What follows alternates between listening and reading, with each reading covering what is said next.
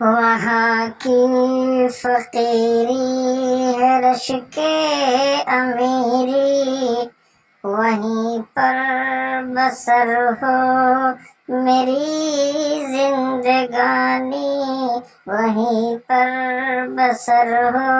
میری زندگانی۔ علیہم الملائکہ اللہ تخافوا ولا تحزنوا وابشروا بالجنة التي كنتم توعدون۔ صدق اللہ العظیم۔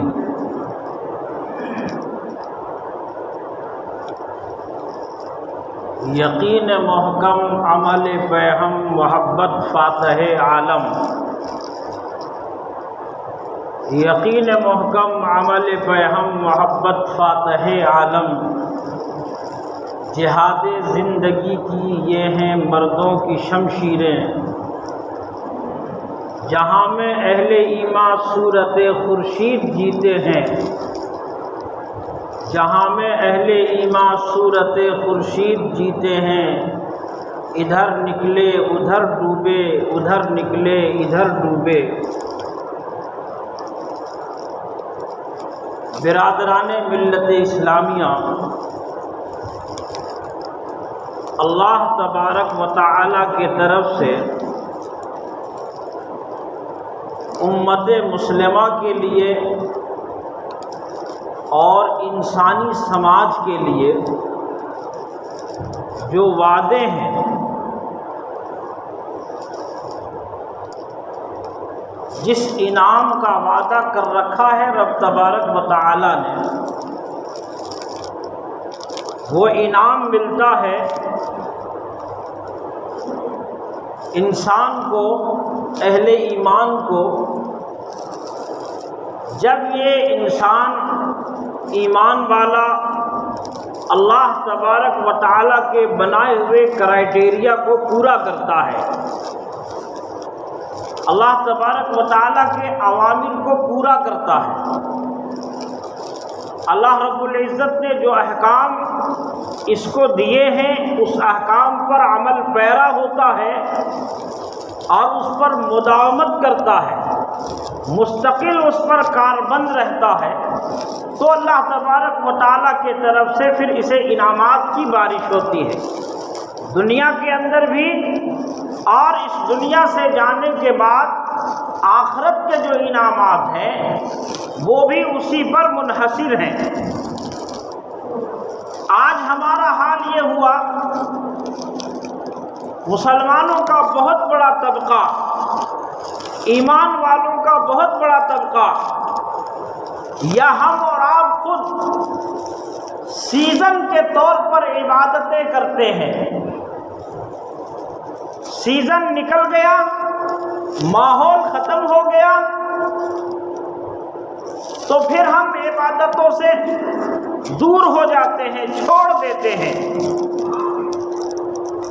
جیسے رمضان المبارک کا مہینہ، رمضان کا چاند نظر آتا ہے تو مسلمانوں کی بڑی جمعیت، مسلمانوں کی بڑی جماعت مسجدوں میں نظر آتی ہے، اور پھر ایک ماحول بن جاتا ہے۔ مسجد کے علاوہ لوگ گھروں میں تراویح کا اہتمام، تلاوت کا اہتمام، قرآن پڑھنے کا اہتمام، یہ تمام گھروں میں جاری رہتا ہے، لیکن کیا پتہ کیا رمضان میں یہ مسلمان نئے نئے آ کر کے مسجدوں میں آتے ہیں اور عید کا چاند نظر آتا ہے،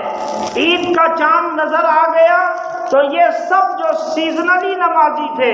سیزن میں تلاوت کرنے والے تھے، یہ صرف رمضان المبارک کی عبادتوں سے انہوں نے یہ سن رکھا ہے علماء سے کہ رمضان میں اللہ تبارک و تعالی نیکیوں کا ثواب بڑھا دیتا ہے، اس لیے وہ چاہتے ہیں کہ جب رمضان میں ہم نے فرض ادا کر لیا تو 70 فرضوں کے برابر ہمیں ثواب مل گیا۔ عید کا چاند نظر آیا تو مسلمان مسجدوں سے دور ہو جاتے ہیں، مسلمانوں کا بہت بڑا طبقہ نمازوں سے دور ہو جاتا ہے اور تلاوت سے دور ہو جاتا ہے، تسبیح سے دور ہو جاتا ہے،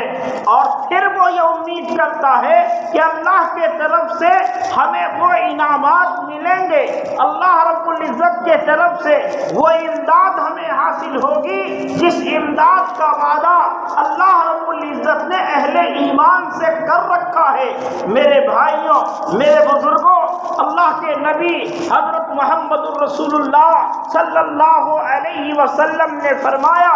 آخرت کا جو حساب و کتاب ہوگا، قبر کا جو معاملہ ہوگا، یہ معاملہ انسان کے آخری وقتوں کے مطابق ہوگا۔ آخری وقت میں آپ کا عمل کیا تھا؟ آپ نے دنیا میں اللہ تبارک و تعالیٰ کو راضی کرنے کے لیے کیا عمل کیا ہے؟ اس لیے قرآن کہتا ہے وَاعْبُدْ، اللہ تبارک و تعالیٰ کی عبادت کرو حتیٰ یأتیک الیقین، اس یقینی موت کے آنے تک اللہ کی عبادت کرو۔ اگر اس کے آنے سے پہلے انسان اگر اسلام سے پھر جائے، اللہ تبارک و تعالیٰ پر ایمان لانے والا آدمی پوری زندگی نماز پڑھا ہے، پوری زندگی عبادتیں کی ہے، پوری زندگی تسبیح تلاوت میں گزار دی ہے، کئی حج اس نے کیا ہے، لیکن آخری وقت میں وہ کفر کو اپنا لے تو کیا وہ اعمال جو اس نے پرانی زندگی میں کی تھی اس کو کوئی فائدہ پہنچا سکتے ہیں؟ ہرگز نہیں۔ اللہ کا قرآن ہمیں بتاتا ہے، اللہ تبارک و تعالیٰ نے فرمایا ان الذین قالوا ربنا اللہ ثم استقاموا، وہ لوگ جنہوں نے کہا کہ ہمارا رب اللہ ہے، پھر اس پر جم گئے، اس پر وہ ثابت قدم رہے، استقامت کے ساتھ اس پر جمے رہے، تو پھر اللہ تبارک و تعالیٰ کی طرف سے اس جمنے کی بنیاد پر، اس استقامت کی بنیاد پر اللہ رب العزت فرماتا ہے کہ اس پر فرشتے نازل ہوتے ہیں اور وہ فرشتے ان کو خوشخبری سناتے ہیں، اللہ تخافوا ولا تحزنوا، اللہ تبارک و تعالیٰ تم سے یہ کہتا ہے کہ اے ایمان پر جمنے والوں، اللہ کے ربوبیت کے اقرار کے بعد تم نے استقامت کا مظاہرہ کیا ہے، حالانکہ اس ایمان کو بچانے کے لیے، اس ایمان کو ترقی دینے کے لیے، اس ایمان کے لیے تمہیں دنیا میں صعوبتیں برداشت کرنی پڑی ہے، تمہیں تکلیفوں کا سامنا کرنا پڑا ہے، تم نے اپنے پیاروں کی قربانیاں دی ہے، اس کے بعد بھی تم جمے رہ گئے، تو اللہ تبارک و تعالیٰ تمہارے پاس فرشتوں کو بھیجتے ہیں اور اس جمنے کی بنیاد پر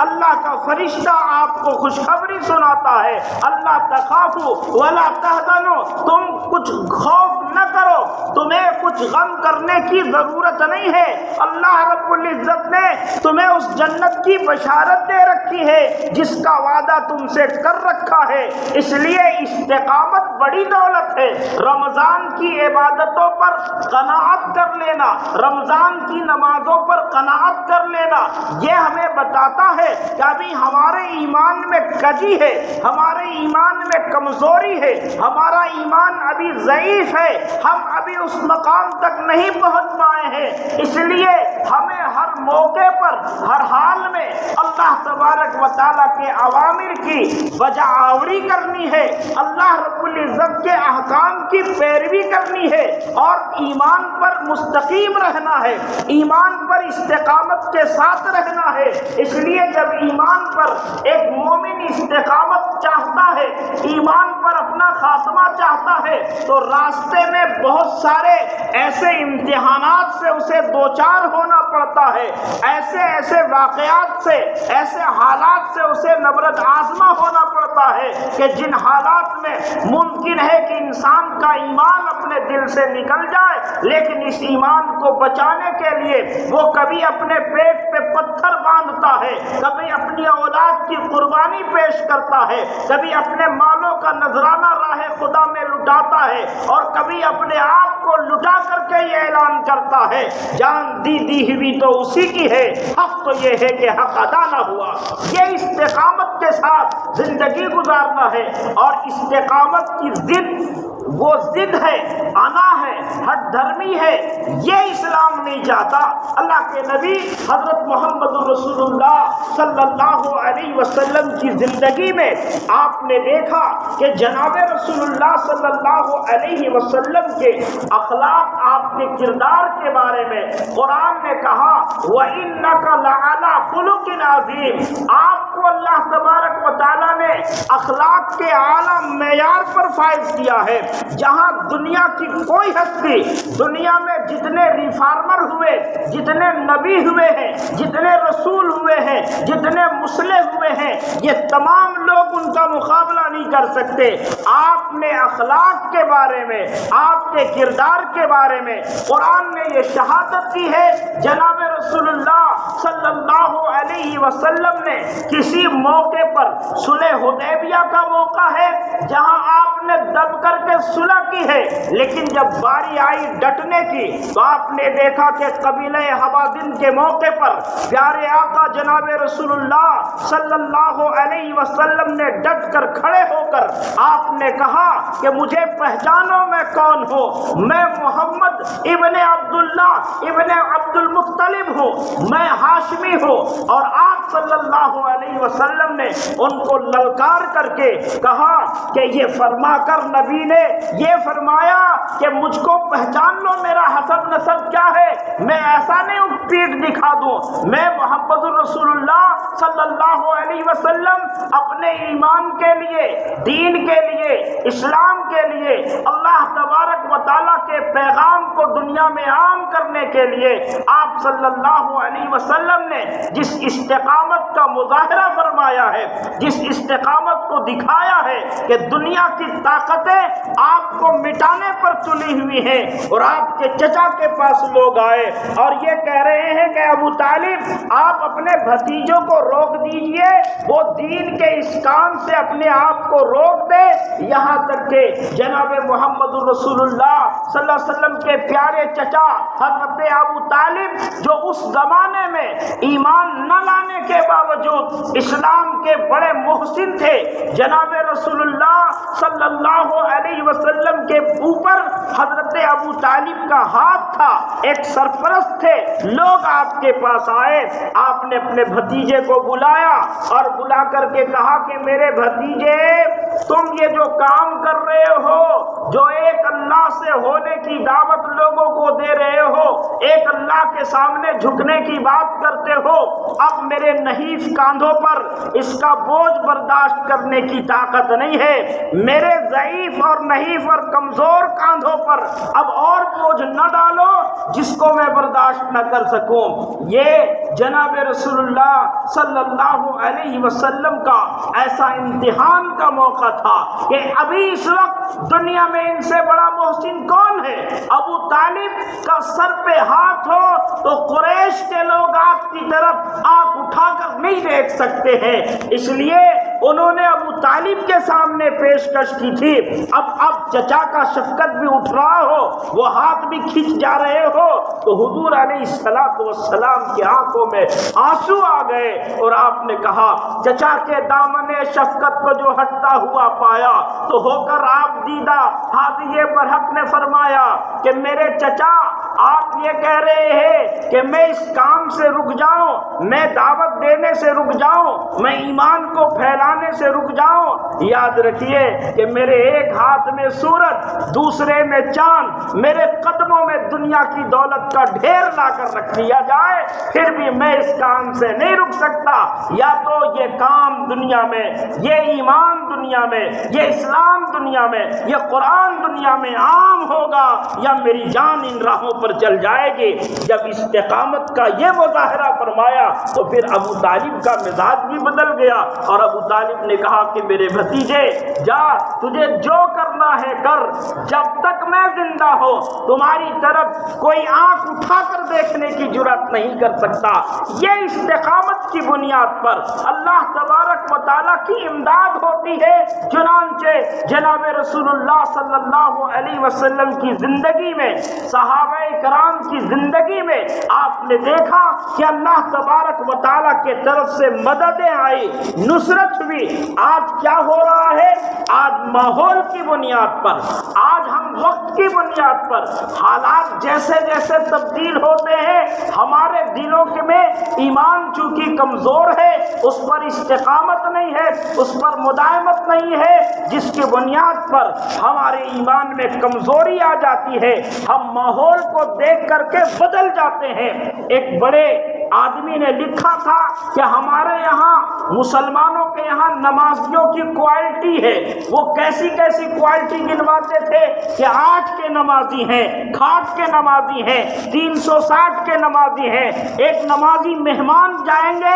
تو مہمان میں نمازی کریں گے، ایک نمازی فصلی ہوتے ہیں، فصل ان کے یہاں آ گیا، ذرا آمدنی بڑھ گئی تو نماز شروع کر دیا۔ ان تمام نمازوں سے اللہ تبارک و تعالیٰ کے انعامات حاصل نہیں ہوا کرتے ہیں، اللہ تبارک و تعالیٰ کے طرف سے ملنے والی نصرتیں نہیں ملا کرتی ہیں، بلکہ مسلسل عمل ایمان کو بچانے کے لیے اسلام پر مدامت، اسلام پر ہر حال میں عمل کرنا، یہ ہماری زندگی کا شیوا ہو، یہ ہمارا مشن ہو۔ جب اللہ تبارک و تعالیٰ کو ہم نے تسلیم کر لیا کہ ہمارا رب اللہ ہے، اب اس کے مقابلے میں جب امتحان ہم پر آئے گا ایمان کو بچانے کے لیے، ایمان کو بڑھانے کے لیے، تو اس امتحان سے جب ہم کامیابی کے ساتھ گزر جائیں گے اللہ کا انعام ہمیں حاصل ہوگا۔ آپ کو یاد ہوگا ایک بزرگ گزرے ہیں حضرت امام احمد ابن حنبل رحمہ اللہ علیہ،